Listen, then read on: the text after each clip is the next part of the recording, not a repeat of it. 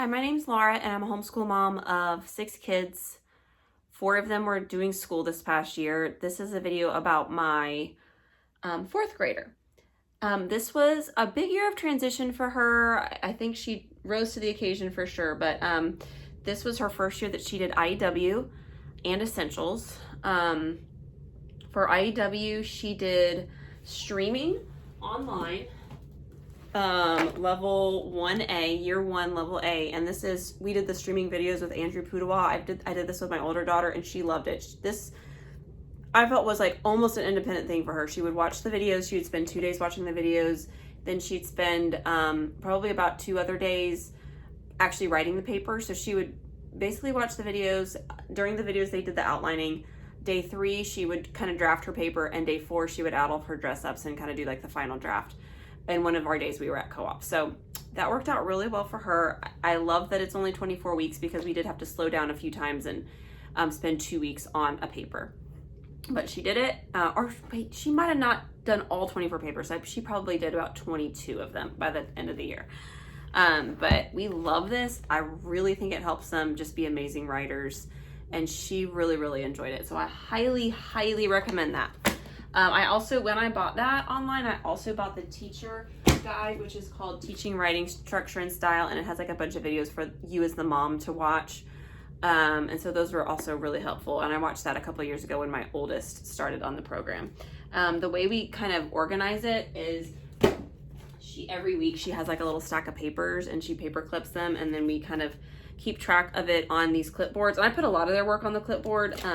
There's also this little folder thing. It's called Portable Walls, and this has like all sorts of things for them to reference, like Lee adverbs, substitutes for said, strong verbs, just different things that help them when they're writing. So what we would do a lot of times is we would put like the 4 to 5 papers that she was working on for that like pieces of paper, like her outline, her source materials and things like that.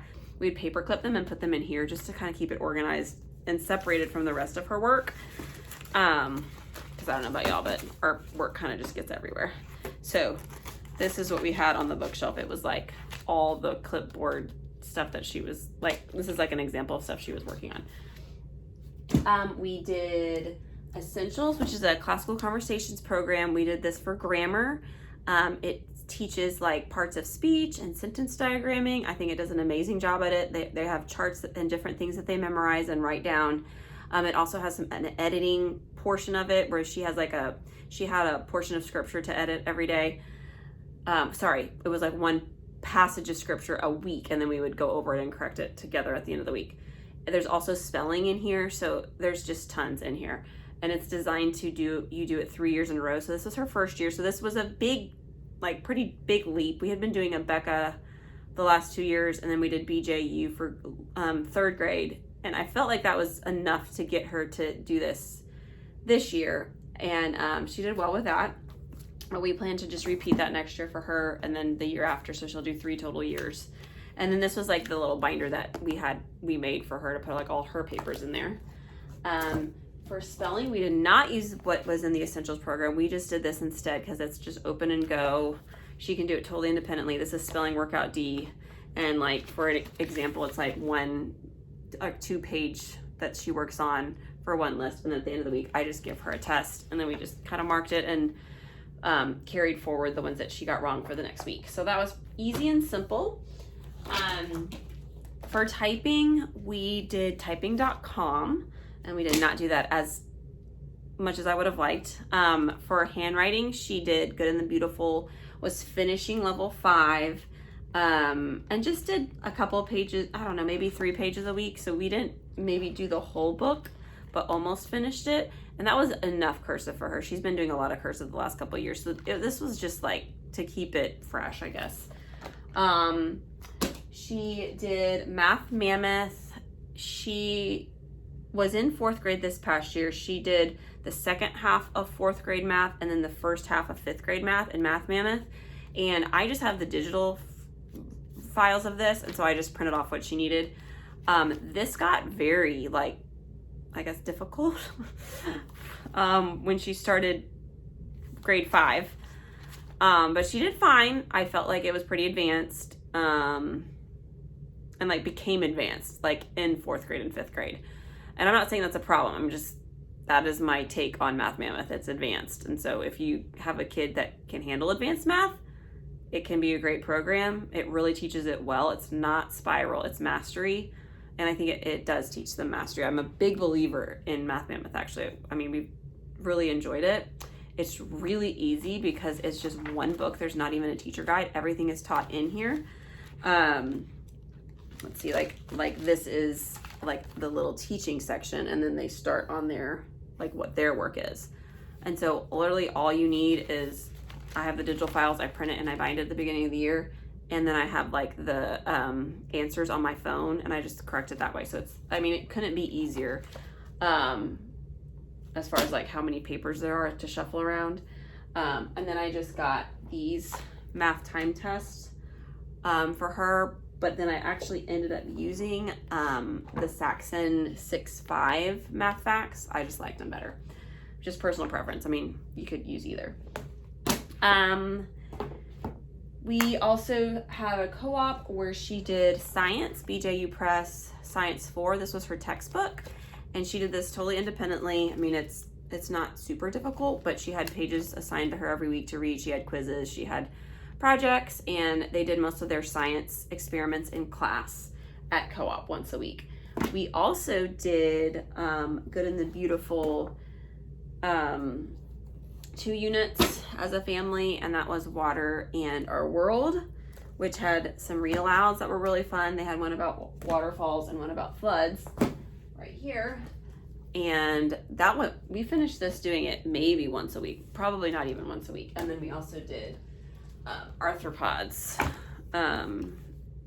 which had a student workbook, which is their new version, and some read alouds too. So we really enjoy these. These are like great for a variety of ages. So for this year, my 6th grader did not participate with us because she had that Apologia more advanced science book that just took a lot of her time. So when she was working on that, we would like once a week, I would take my 4th grader, 2nd grader, and preschooler and do that with them. And it's so hands-on, like you can even have like your baby there if you want to. Like a lot of times she wasn't sticking around at the table, but it's good for a variety of ages. Then for history, we did Sonlight Core D. This is Introduction to American History Part 1.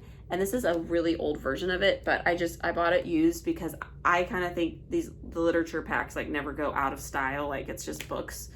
And we read, this was our first year doing Core D, and it was a lot of reading, but a highlight for us because we would do that after lunch. And the books included are these Story of the USA, which are pretty quick compared to like a Story of the World or Mystery of History. And then we also did the Landmark of American People and a few out of here, American Adventures. And then they also incorporate like just a bunch of books. It's really fun. Native Americans, Pedro's Journal is about Columbus, Incas, Aztecs, and Mayans. This is like a chapter book on Indians, and so we learned a lot for that one. These like Jean Fritz books take like a day or two to read, but it was fun to mix those in. This is like a picture book that I just added in. Here's another Jean Fritz, Paul Revere book, Winter at Valley Forge. It was just really nice to like mix it up. And so like we'd have like these picture books for a couple days, and then we would like read a chapter out of our other, like the spine, and then we would like read a chapter book like from around that time, like a very history based chapter book. This is like another really good like Lewis and Clark expedition chapter book. This is a chapter book about the Judsons, Adoniram Judson and Ann Judson. And then we have a story of the Erie Canal. Like, here's an example. I mean, there's just lots of pictures in here. It's a pretty quick read.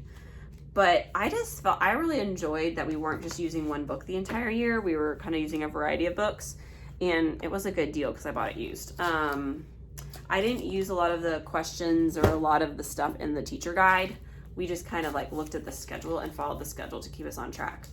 But I really enjoyed that. And then her independent readers lined up with what we were doing in history. So I'm just gonna whip through these. I might not even say all of the names, but There's like a big focus on Native Americans, and then there's just so many good books for, here, I'm gonna stop there. So also with the Core D Sonlight, it's History, Bible, Literature, she had independent readers. And since she didn't do a literature class, she did like the advanced thing. So she read a ton of books. It was assigned to her every day how many pages she was supposed to read. This is A Corn Goes Right about Indians. Vasta's White Buffalo Story. Lion to Guard Us. Pocahontas and the Strangers. Squanto Friend of Pilgrims. The Thanksgiving Story. Courage of Sarah Noble. Bears on Hemlock Mountain. Skip Back School. Matchlock Gun. Ben Franklin of Philadelphia. Mr. Revere and I. Meet George Washington. Phoebe the Spy. George Washington, Young Leader. Martha Washington, America's First Lady. Cabin Faced West. Costo, about Native Americans. Meet Thomas Jefferson. Sarah Wichter's Story. Nyanuki. Robert Fulton. She actually ended up writing a paper about him because she really liked this book. Sierra Plain and Tall. Tiktaliktak. And Stone Fox. So I didn't read any of these. This was all independent readers. And, you know, just she would spend like 2 to 3 weeks reading a chapter book. So it's amazing what you can get through. And I did not do those, I did like a few comprehension questions with her throughout the year. But it was cool because as we were doing history, there would be a lot of things that her and her older sister were able to talk to me about based on like the independent reading that they had done, because it was designed to kind of be in the same time frame. So that was really cool. And then after we read our history every day, we would do our read aloud. So we started with Walk the World Rim. Then we read Secret of the Andes. And while we were doing history and these read alouds, it would probably take us about 45 minutes a day. Maybe an hour. The younger kids were outside playing during that time. I would let them do like art or like beading or like jewelry making during that time. So I feel like it was, I don't know, that kind of made it more enjoyable. That's a long time for us to sit and read, but I feel like by the end of the year we were used to it. Sign of the Beaver, Witch of Blackbird Pond, Tolliver's Secret, Johnny Tremaine, Carry On Mr. Bowditch, Calico Bush, Justin Morgan Had a Horse, The Journeyman, Swift Rivers we actually never got to. We had a baby in April, so we did not finish. A lot of these we did not do all the comprehension questions to either, but I still feel like we got a lot out of it. And that was just like a time issue. Like we could not get to everything this year. So maybe that's life homeschooling with young children. Paddle to the Sea was another one. And then every day we did an American Prayer Guide, which was a prayer for an Indian group. And they cover 36 Indian groups over the course of the year. And then we also had like a poetry book that we worked through. So we did a lot of reading this year, but we learned a ton and we really enjoyed it. And I already purchased Core E for next year. So we're really excited to do the second half, part 2 of Introduction to American History. And I think that's it for my 4th grader. Oh, I'm sorry. That is not it. She also did geography in her co-op. She learned about the continent of Asia and had to pick a country to do, I think she picked Malaysia, to do a continent project on, and did all sorts of things. There was not a textbook. She had a binder, and the teacher pulled in tons of resources for that. So that was just another subject she did. And then she also did art. Another one that we don't have like a curriculum or binder. She had a binder, but I don't have the binder anymore. So she did art and geography as well at the co-op. And that's it for my 4th grader.